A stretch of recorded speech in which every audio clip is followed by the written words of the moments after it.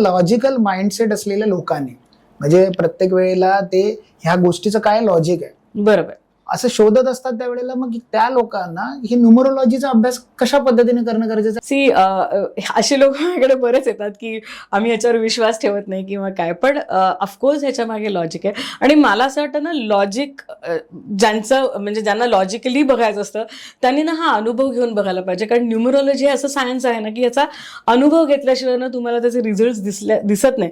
म्हणजे मी नेहमी म्हणते की आपण फेथ खूप इम्पॉर्टंट आहे ह्या सगळ्या गोष्टींसाठी. कारण आपण रात्री झोपतो तरी सकाळी उठतो, हे आपलं फेथ आहे ना. म्हणजे फेथ असल्याशिवाय तर आपण पुढे जाऊ नाही शकत.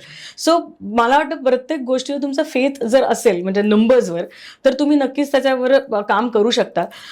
निगेटिव्ह अप्रोच घेऊन जर आलात तर ऑफकोर्स रिझल्ट तुम्हाला तसे पाहिजे तसे मिळणार नाहीत. पण जर ओपन माइंडनी जर आपण आलो आणि त्याच्यावर काम केलं तर आपल्याला त्याचे रिझल्ट मिळू शकतात. कारण मी नेहमी ह्याच्यावर काम करते की नंबर्स फक्त इम्पॉर्टंट नाही, आम्ही माइंडसेटवर पण काम करतो.